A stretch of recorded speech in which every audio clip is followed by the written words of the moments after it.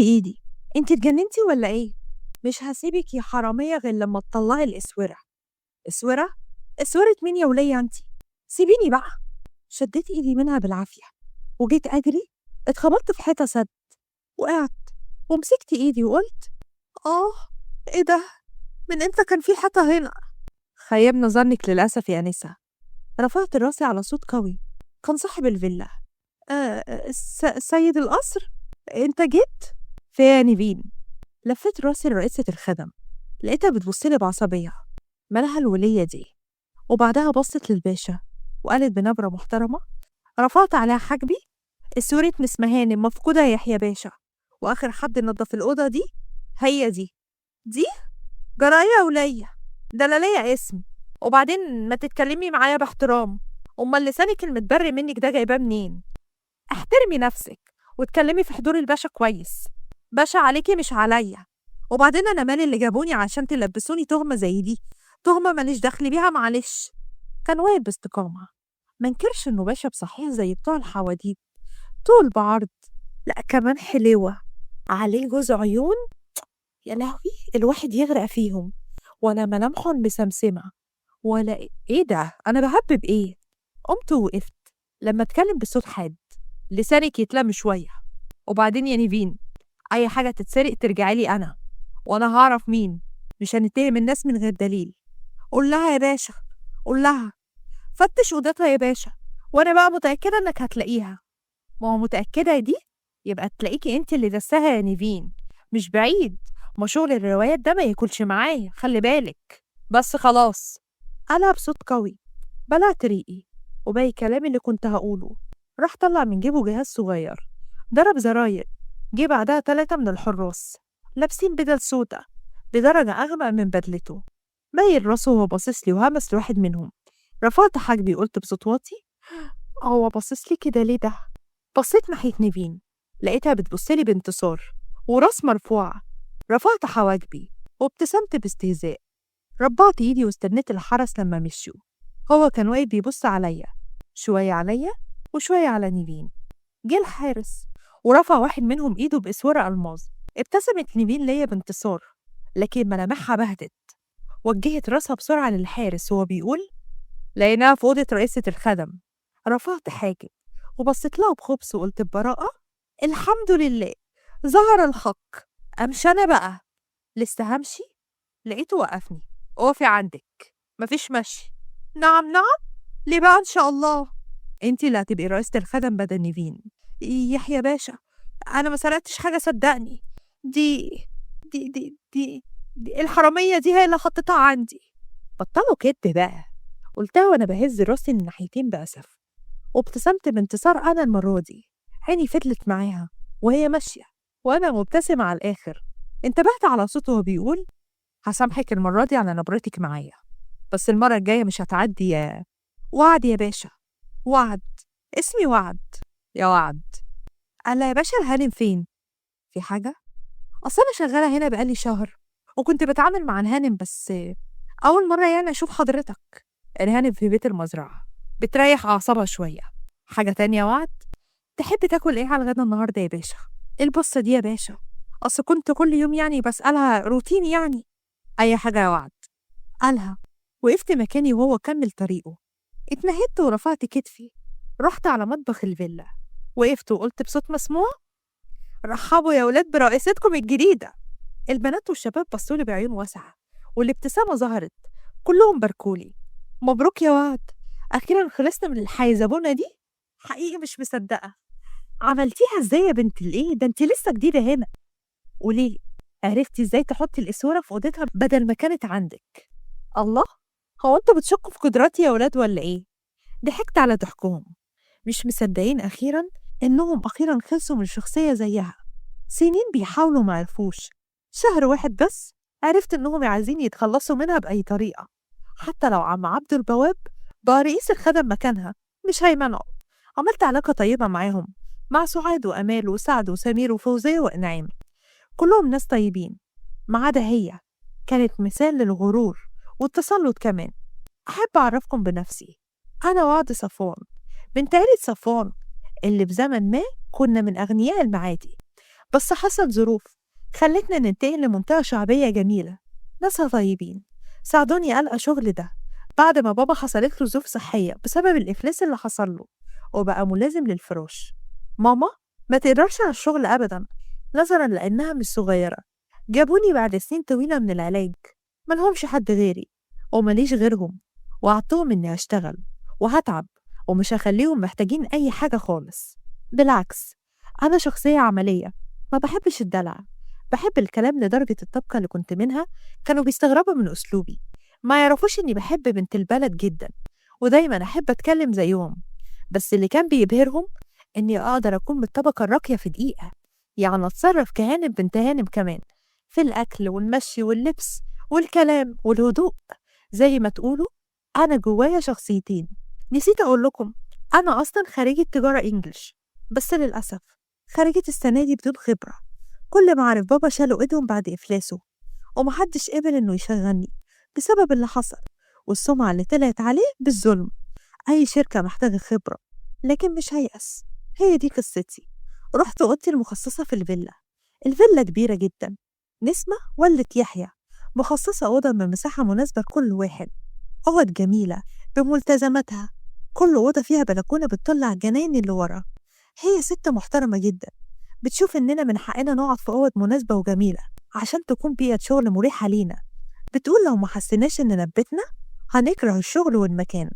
اتنهدت، قعدت على السرير ومسكت الموبايل واتصلت على ماما وقلت بهدوء: أيوة يا حبيبتي، بابا خد العلاج؟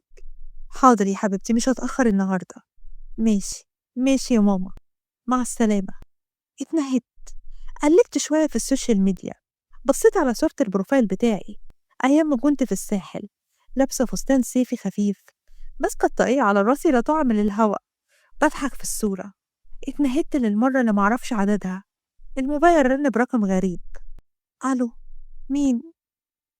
عمو سعيد، عامل ايه؟ أنا بخير الحمد لله. بابا؟ بابا كويس، ما بيردش على موبايله. أصل عرفت. هو حضرتك رجعت امتى من أمريكا؟ من يومين؟ حفلة؟ بس أنا تمام، تمام خلاص. ماشي يا عمو، حاضر، أوكي، باي باي. نفخت بدي من الورطة اللي اتحطيت فيها. عمو سعيد يبقى صديق بابا المقرب، سافر من سنتين أمريكا وما يعرفش اللي حصل لبابا، وأول ما نزل عرف كل حاجة.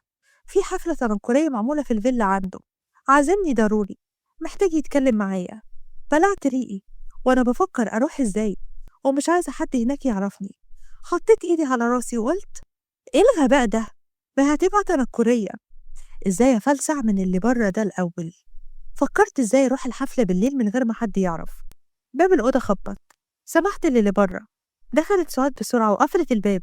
قالت لي بصوت كله حماس: الباشا مش هيبقى موجود بالليل، أنا رايح مشاوير مهمة، ادانا اجازة دلوقتي وقال لي ابلغك، وقال لي تكوني في مكتبه حالا، يلا. قمت بسرعة وقلت لها: قولي والله. والله يا ستي. جريت بسرعة على بره، وقفت على باب المكتب بنهج، خدت نفس عميق، فردت ظهري، خبطت على باب المكتب، سمعت صوته الهادي بيسمح لي بالدخول. دخلت وقفلت الباب ورايا.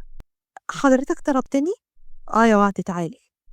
قربت منه، قال وهو بيلم ملفات وورق في درج المكتب: تقدري تروحي بيتك النهارده انتي والبنات، لان احتمال كبير ما باتش في الفيلا ومش محتاج حاجه، تقدري تتفضلي. مشيت من قدامه، طلعت من المكتب، قفلت الباب، ابتسمت وجريت على المطبخ وقلت له: اجازه، انطلقوا. قلتها وجريت على الاوضه عشان اخد حاجتي. طلعت من الفيلا ووصلت للبيت، لقيت ماما خارجه من اوضتها هي وبابا. قلت لها بابتسامه: مساء الفل على الحلوين. ابتسمت وقربت مني، حسيت إنها بتعيط. في إيه يا ماما؟ بابا كويس؟ حصل له حاجة؟ لا يا حبيبتي، بابا كويس ونايم. أمال مالك يا حبيبتي، في إيه؟ حد كلمك؟ هزت راسها بنفي وقالت بحزن واضح في صوتها: صعبان عليا مرمطتك يا بنتي، صعبان عليا بعد ما كنتي عايشة في مستوى عالي إن إحنا نعمل فيكي كده. عيطت أكتر، حضنتها وطبطبت عليها وقلت لها بهدوء: يا حبيبتي أنا ما اشتكيتش، وبعدين بابا شايلني على راسه كل الأيام دي، مش هقدر يعني بس كام يوم أخدمه بعناية؟ كبرتي إمتى يا وعد؟ امبارح لقيت نفسي فاضية شوية، قلت يلا بقى خليني أكبر. ضحكت وخبطتني على دراعي وضحكت وقالت: نفسي أعرف جايبة لسانك ده منين حقيقي. كل اللي كانوا حواليكي بابي ومامي، انتي الوحيدة اللي كنتي بتفتحي صوتك ده، بابا. ضحكت بصوت عالي وأنا كمان ضحكت. قلت لها: يا زوز، بابي ومامي دي للعيال التوتو، إنما احنا بابا وماما وكده يعني، ده احنا على الله حكايتنا ياما. ابتسمت وهزت راسها بقلة حيلة. بعدت عنها شوية وقلت بصوت واطي: عمو سعيد رجع مصر. بصت للأوضة وبعدها بصت لي وقالت لي: عرفت، باباكي مش راضي يرد على التليفون خالص. أنا رديت عليه من شوية من غير ما يعرف، قال لي إن هو نزل مصر. ليه بابا مش عايز يرد يا ماما؟ انت عارفة، باباكي مش عايز يبان قدام صاحبه بصورة وحشة. الحاجة اللي لبسوها لبابا كانت صدمة ليه، اضطر يدفع كل ما يملك عشان يتخلص من كل ده. بس عمو سعيد عمره ما يفكر كده يا ماما. عارفة يا بنتي، انتي فاهمة بقى، أعصاب بابا تعبانة شوية اليومين دول. طيب بقولك ايه، عمو عزمني على حفلة النهاردة في بيته، وقال لي محتاج يتكلم معايا شوية في الأمور اللي حصلت. امم أكيد عايز يتكلم معاكي بخصوص بابا. روحي يا بنتي، يمكن تلاقي في إيده الحل. قلت كده أنا كمان. بس هو انتي هتروحي لوحدك؟ ايه يا ماما، أحسساني إن أنا هروح لحد غريب؟ ده عمو سعيد، هو اللي مربيني، وهو وطنط كمان. أنا عارفة يا بنتي، بس أقصد الناس يعني. فاهمة قصدك، ما تقلقيش، هعمل حسابي. أصلا الحفلة تنكرية، وفهمت ليه عملها كده، عشان محدش يشوفني ويجرحني بأي كلمة. اتنهدت وفهمت، طول عمره ما عملش حفلة تنكرية، دايما بيتريق على اللي بيعملوا كده. بس كل مرة غير المرة دي. المرة دي عملها تنكرية عشان أنا أخد راحتي وأروح هناك. الليل جه، لبست فستان بسيط جدا، أسود بيتربط بالجنبين. لبست هيلز أحمر، سيبت شعري على ظهري، خدت شنطتي وسلمت على ماما ونزلت. ركبت التاكسي لحد باب الفيلا. الأمن لما عرفوا أنا مين دخلوني على طول. اتنفست بعمق، دخلت بدور بعيني على الموجودين، بدور عليه لحد ما لمحته. مشيت بخطوات هادية بثبات لحد عنده. اتكلمت بنبرة رقيقة بتختلف عن اللي بتكلم بيها في الشغل. أنكل سعيد. التفت ليا وابتسامة واسعة احتلت وشه كله، وقال لي: أخيرا جيتي، ما تعرفيش وحشتيني ازاي يا حبيبتي. التفت للي واقف قدامه وقال بسعادة: الضيفة المهمة اللي مستنيها من الصبح يا يحيى شرفتني. رفعت راسي بسرعة للي واقف قدامه، مش لابس أي تنكر زي الموجودين. لقيت عينه بتبصلي قوي، وأنا من جوايا كلمة واحدة بس: عرفني من صوتي أكيد. أكيد عرفني من صوتي أو اسمي اللي هيتقال دلوقتي من عمو سعيد. أقدم لك أنكل سعيد، مش حابة أقطع كلامكم، أكيد أستاذ يحيى عنده كلام مهم. فين طنط سوريا؟ لفت بسرعة، وقبل ما تمشي سمعت صوته القوي اللي بيقول بثبات: استني عندك. وقبل ما أمشي وقفني صوته القوي اللي بيقول بثبات الكلمتين دول. وقفت وبلعت ريقي، حاولت ما بينش ارتباكي. بصيت له وقلت بهدوء: أفندم، حضرتك بتقولي أنا؟ أيوة. انتي مش وعد صفوان؟ أستاذ سعيد لسه كان بيتكلم عن والدك والمشاكل اللي واجهته. من جوايا شخصيتي التانية أغمى عليها من الخضة اللي حصلت. أعتقد مش مركز بسبب إنه شافني النهاردة، إنه يعتبر أول مرة يشوفني فيها. أكيد مش مجمع، بس أكيد مع الوقت هيجمع. وقتها أنا هيكشف أنا مين. بس لحظة، عمو سعيد قال له اللي حصل لنا. هو قالك إيه بالظبط؟ بصيت لعمو سعيد ولقيته هز راسه بتفهم وقال: أستاذ يحيى يقدر يساعدنا نرجع والدك زي ما كان وأحسن، ونبعد التهم المزيفة اللي حصلت له. ربعت إيدي وقفت بثقة وقلت وأنا بنقل عيني بينهم: وحضرتك تعرف حصل إيه بالظبط؟ تقدري تحكي يا وعد؟ يمكن في حاجة وقعت مني أو من والدتك على اللي حكيتهولي. اتنهدت وبصيت في الأرض، وبعدها رفعت راسي وقلت: بابا كان داخل صفقة كبيرة، حكالي وقتها. يومها كان جاي مبسوط إن هيرفع شركته أكتر وأكتر. قال إن هو مضى شوية عقود مع سالم الدالي، بدأ مشروع القرية اللي هيبدأ خلال شهر. اليوم اللي بعده أنا زرت بابي في الشركة، وقتها السكرتيرة قالت لي إنه في اجتماع مهم مع مجموعة الدالي. وقتها ما همنيش ودخلت الاجتماع. سكرتيرة سالم الدالي أنا فاكرة وقتها كويس، ارتبكت، شالت مجموعة أوراق بسرعة. والدي مشكلته إنه واثق في سكرتيرة يزن المهدي. وقتها كان هو اللي قال إنه قرا جميع البنود والعقود وهي سليمة. يزن كان ابن حارس الفيلا بتاعتنا. بابا أول ما اتخرج عينه في الشركة، صمم يحطه في مكانة ترفع أهله معاه. بس للأسف الثقة ما كانتش في محلها، لأن يزن وقت ما جت الشرطة وقبضت على بابا بسبب أوراق غسيل الأموال والتجارة غير المشروعة وغيرها من أموال، وأخدوه والمفروض تتسدد، ده ما حصلش. أنكر إنه يعرف حاجة عن الورق ده والملف ده عموما، الملف اللي كان شايله طول الوقت وتوقيع على أوراق فيه من جهة بابي. وقتها عرفت إن يزن اشتغل في مجموعة الدالي. معنى كده إن الأوراق اللي مضى عليها والدك بحسن نية كانت فيها النهاية. أيوة بالظبط. الكاميرات اليوم ده، قطعت كلامه وقلت بهدوء: حصل عطل ساعتها في الكاميرات أيام تعاقد الدالي مع والدي، في شرايط مفقودة للأسف. كل الأدلة كانت ضد بابا، اضطر يسدد ملايين من أملاكنا وملايين زيهم للدالي لكل حاجة مكتوبة، غير إنه طلع بكفالة بباقي ما يملك. طبعا وتحفظوا على كل الأملاك من شركات وعقارات. أيوة مظبوط. طب عايشين فين دلوقتي؟ قبل ما عمو سعيد يتكلم كدبت وقلت: في شقة صغيرة في الرحاب، كانت باسمي، هي دي الحاجة الوحيدة اللي ما تخليناش عنها وفضلت. اتنهد وعيني جت في عين عمو سعيد اللي كان باصص لي باستغراب، لأنه عرف العنوان الحالي الخاص بينا. بلعت ريقي بس ما اتكلمش ولا عرض كلامي. وقتها جت موسيقى رقص سلو، مد ايده وقال لي: ترقصي؟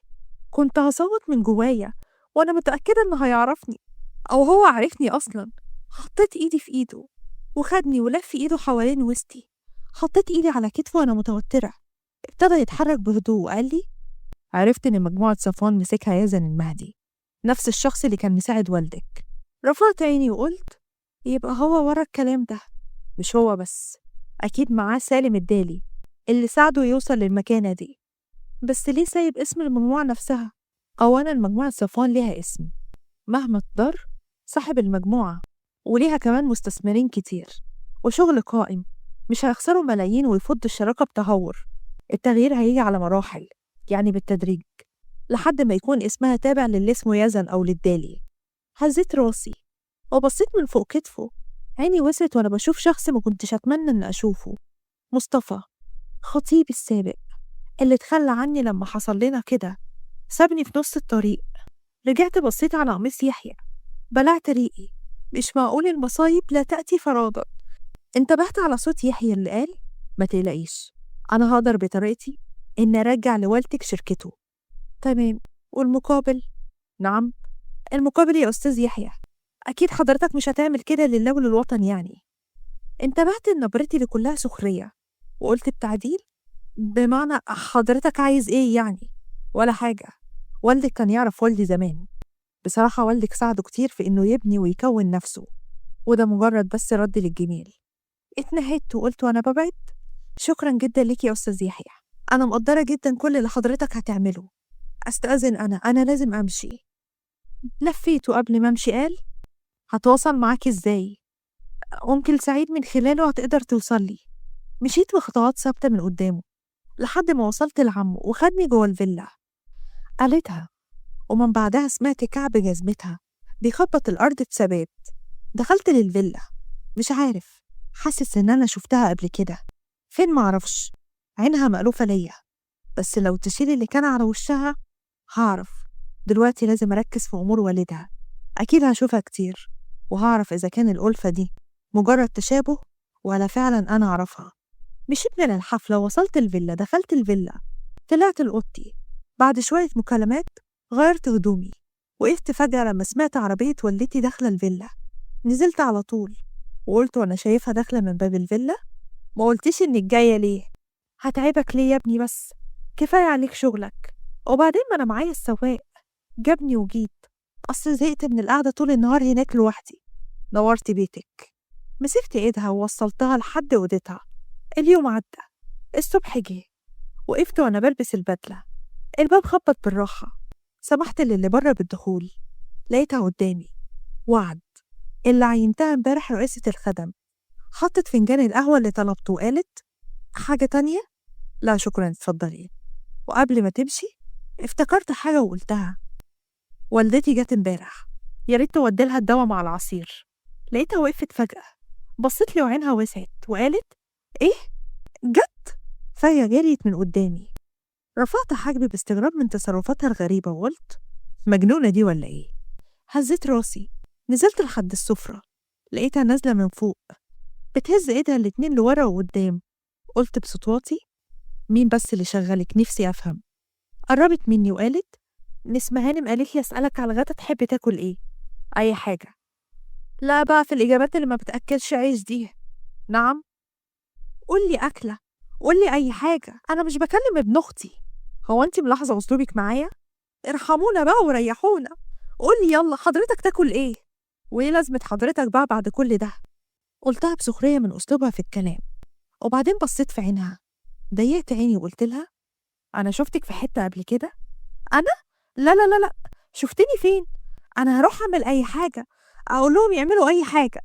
مشيت من قدامي بسرعة. استغربتها، وازاي انا سكت لها كل ده. اتنفست بهدوء عشان اتحكم باعصابي. بعد شوية كنت قاعد مع والدتي في الصالون.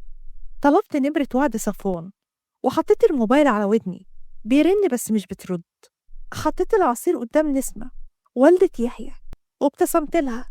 حسيت بتليفون بيرن، أصلا أنا عاملاه فايبريشن. طلعته من جيب الجاكيت وببص فيه، عيني وسعت. بصيت على يحيى اللي كان حاطط التليفون على ودنه. حطيت بسرعة الموبايل في جيبي ومشيت. جريت على أوضتي وقفلت الباب. كان الموبايل سكت ورجع رن مرة تانية. حطيت الموبايل على ودني وقلت: ألو. أيوة. وعد صفوان معاك النهاردة؟ لا، أقصد النهاردة صعب، معرفش إمتى. حضرتك تقدر تقابل أنكل سعيد وتتكلم معاه؟ معلش أنا مضطرة أقفل. قفلت وحطيت إيدي على قلبي وقلت: يا نهار أخضر، يا نهار فحلوقي. يقابلني إيه؟ إزاي؟ يا نهاري. رميت نفسي على السرير ودفنت راسي في المخدة وصوتت بصوت مكتوم. قمت وقلت بقلق: الموضوع هيتعرف ولا إيه؟ أكيد هيعرف. وبعدين أنا خايفة من إيه؟ ما يعرف ولا ما يعرفش، فيها إيه أصلا؟ قمت وحطيت الموبايل في جيبي وطلعت برا. رفعت راسي ووصلت لبرا، لقيت سعاد بتقولي: أستاذ يحيى طالبك في مكتبه. ماشي. مشيت ورحت المكتب، وقفت برا، اتنفست بهدوء. دخلت المكتب بعد ما خبطت على الباب. كان طالب مني أصناف معينة على الأكل، لأن كان في عزومة خاصة بالشغل. العزومة عدت واليوم عدى، وكل ما يتصل يحيى أطلع بحجة وأخلي عمو سعيد يكلمه. يوم ورا يوم، وعمو سعيد قال لي إن قربوا يوصلوا لدليل براءة بابا وكل حاجة ترجع له. عدى كام شهر، انتبهت من شروطي على صوت يحيى: هاتيلي فنجان قهوة وتعالي ورايا. اتنهدت وأنا لاوية بوزي ورحت وراه على المكتب. أول ما قفلت الباب لقيته بصلي. رجعت لورا وقلت: في إيه؟ وسع كده، هو حضرتك ما عندكش مساحة شخصية ولا إيه؟ رفع حاجبه وقال: القهوة. اديتها له، شرب منها. أنا كنت مرتبكة جدا. ما تبعد شوية، تفتكر أنا صابر عليكي ليه؟ لا أنت يحيى.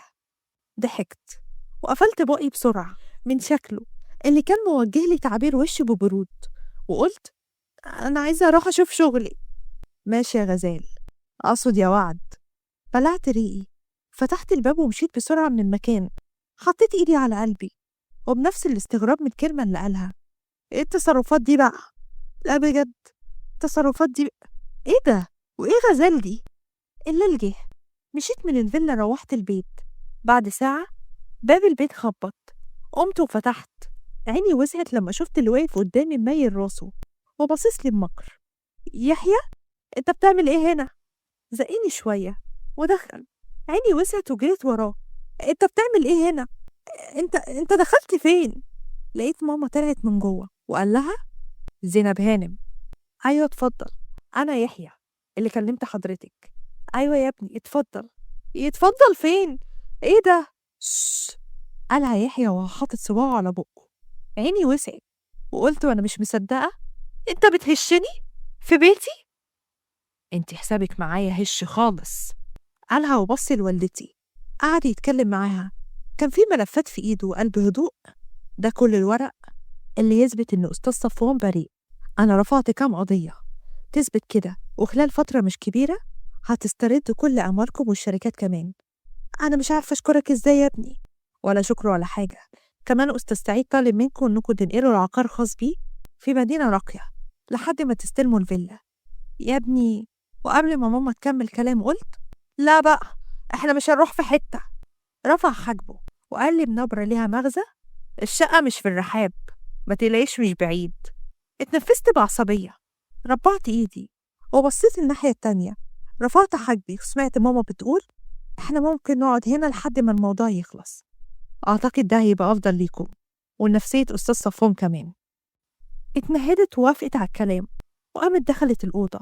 لقيته بصلي ورفع حاجبه باستمتاع وبيقول لي: إلا ما في فنجان قهوة، مية ساقعة حتى. إيه يا غزال، شطبنا يا ساقع، وما تقوليش الكلمة دي تاني. قلتها وأنا باصة الناحية التانية. شدت الكرسي اللي كنت قاعدة عليه. فجأة مسكت نفسي قبل ما أصوت، ومسكت في الكرسي وقلت له وأنا ببص له بعين واسعة: أنت بتعمل إيه؟ بعمل كده. قرب مني. عيني وسعت أكتر. قمت بسرعة. هو كان بيضحك. قلت له بارتباك: إيه اللي أنت حببته ده؟ أنت اتجننت؟ ضحك. وبصينا على ماما وهي خارجة بوالدي على الكرسي المتحرك بتاعه. يحيى اتقدم منه بسرعة وقال باحترام: حضرتك عامل إيه؟ الحمد لله يا ابني. أنت ابن رشاد؟ آه يا عمي. الله يرحمه يا حبيبي. مش عارف أقولك إيه على إنك وقفت جنبنا. واجب عليا طبعا. حاليا هتيجوا معايا على شقتكم المؤقتة. ماشي يا ابني. ماما جهزت الشنط وأنا مش راضية أبصله حتى، رغم كلامه اللي كان بيتسرسب كل شوية ليا ولازم يرفض كلمة غزال بين الكلام. الحرس تحت شالوا الشنط وركبنا عربية يحيى. ماما وبابا ورا وأنا في الكرسي اللي جنب يحيى. وصلنا الشقة. طلعنا الشنط. كانت شقة تبع عمو سعيد، متجهزة من كل حاجة، هنستقر فيها الفترة دي. ماما دخلت بابا الأوضة عشان يرتاح، وأنا وقفت قدام باب الشقة وقلت: أي خدمة تانية؟ هو أنت ليه محسساني إن الشيال بتاع سعادتك؟ أنا قلت كده، عايز إيه تاني؟ وبعدين أنت عرفت من إمتى؟ ممكن تقولي من تاني يوم بعد الحفلة. إيه؟ حط إيده على بقي بسرعة وقال لي: صوتك هتفضحينا. عيني وسعت على الآخر. بصيت له وأنا بتكلم بصوت مكتوم. بعد إيده شوية وقال بعد ما فهم: بتقولي إيه؟ أنت إزاي تتجرأ وتحط إيدك عليا؟ بس راسي بسرعة للمرة التانية ومشي. عيني وسعت. حاولت أتكلم وقلت: أنت كان مشي. وأنا مش مصدقة تصرفاته الغريبة. ما رحتش تاني الفيلا عنده. البني آدم ده مش محترم. طلع عارف إن أنا وعد صفوان من وقتها. اتنهدت وأنا بقفل الرواية اللي في إيدي بملل. بكرة خلاص هننقل على الفيلا بتاعتنا من تاني، وبابا قدر يسترد شركاته وسمعته من تاني في السوق. بخصوص يزن المهدي، اتقبض عليه هو وسالم الدالي. عمو سعيد دايما مع بابا بيستعيدوا أيام زمان. لقيت عمو سعيد وهو قاعد معاهم، ويحيى كان قاعد معاهم. هو بيجي كتير ليه البني آدم ده؟ قلتها ورحت المطبخ أعمل عصير فراولة. عملته وحطيته في الكوبايات، ولسه بلف لقيته في وشي. كنت هوقع الكوباية من إيدي بس هو مسكها ومسك إيدي. حسبي. أنت بتعمل إيه هنا؟ مش ملاحظ إن حضرتك واخد راحتك على الآخر أو في بيتنا؟ عم صفوان ما عندوش مانع. وبعدين أنا داخل أشرب مية. طيب اشرب. أشرب يعني؟ ما تشرب. وشرب من كوباية العصير بتاعتي. لا دي كوبايتي. ما انتي قلت اشرب. مش ده، قصدي المية. بجد؟ طب خلاص أنا شربت بق. أنا ما بحبش أشرب مطرح حد. أنا مش حد، أنا يحيى. مستفز. الواضح كده إنه بيحب يستفزني جدا. مستمتع بكده. بعد وخد كوباية مية وطلع بره. خدت بالي إنه مبتسمة قوي. محيت الابتسامة. رفعت حجمي من تصرفاتي الغريبة. قعدت شهور وبابا رجع لشغله ورجعنا فيلتنا من تاني. اللي بتساعدنا من الفيلا جت تقولي باحترام: في ضيف حابب يشوفك. حاضر أنا جاية. قلتها بابتسامة واسعة وأنا حاطة في دماغي يحيى. نزلت وأول ما شفت اللي واقف الابتسامة اتمحت من على وشي. أنت بتعمل إيه هنا؟ اتقدم مني وقال باستعطاف: وعد أنا. أنت إيه ها؟ قولي أنت إيه؟ جبان. سبتني مع أول مطب. صدقيني أنا غلطت. أنا عارف، بس أنا هعوضك. بص، أنا هعمل كل حاجة أنت عايزاها، أنا بحبك. قبل ما أتكلم لقيت يحيى داخل من باب الفيلا بيقول باستغراب: وعد؟ يحيى، قلتها بسرعة. راح مصطفى وبص. يحيى رشاد بيعمل إيه هنا؟ وأنت مالك؟ أنا خطيبك. كنت خطيبي، أنت بتستعبط؟ اتقدم يحيى وقال له ببرود: أديك سمعت. كنت، فعل ماضي. أنا خطيبها وجوزها المستقبلي. بصيت له بصدمة بس سكت. بصيت لمصطفى اللي معرفش يتكلم، مشي وكان متضايق جدا. بعد ما بصلي بعتاب، أنا ضحكت وأنا مش مصدقة. عتاب؟ بيبصلي بعتاب بعد اللي عمله؟ انتبهت على يحيى اللي كان واقف وقلت له: خطيبي؟ باعتبار ما سيكون. واثق من نفسك. طبعا، سيد القصر سيد القصر، يعني مفيش كلام. ضحك وهو بيفتكر نفس الكلمة اللي قالها أول يوم شافها فيه. إزاي عرفت إن نيفين حطت الإسورة في أوضتك؟ قلت بغرور وأنا بنفض كتفي من التراب الوهمي. "مم، قدرات يا ابني". ضحكت وكملت وقلت: شفتها، وبعد ما طلعت خدتها وحطيتها في أوضتها. ضحك وكمل وقال: إيه، مش عايزة تبقي سيدة القصر يا غزال؟ آه، أبقى سيدة القصر، بس ما يكونش فيه رستم بس المساعد. ضحك على كلامي وتشبيهي للفيلم القديم. بعدها قال لي: طلبت إيدك من والدك. ماشي. ماشي؟ آه ماشي. هعطف عليك يلا وهوافق. تعتفي؟ اعترفي، انتي واقعة في دباديبي. دباديبك؟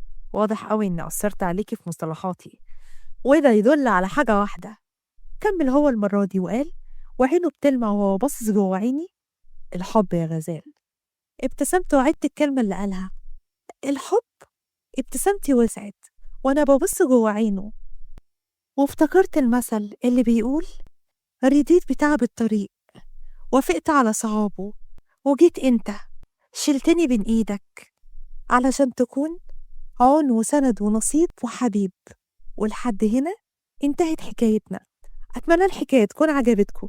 ما تنسوش اللايك على الفيديو والاشتراك في القناة. يا ريت تتأكدوا انكم فعالين الجرس على الكل عشان يوصلكوا إشعار أول ما ننزل الجديد. واستنونا في حكاية جديدة إن شاء الله. أشوفكم على خير. باي باي.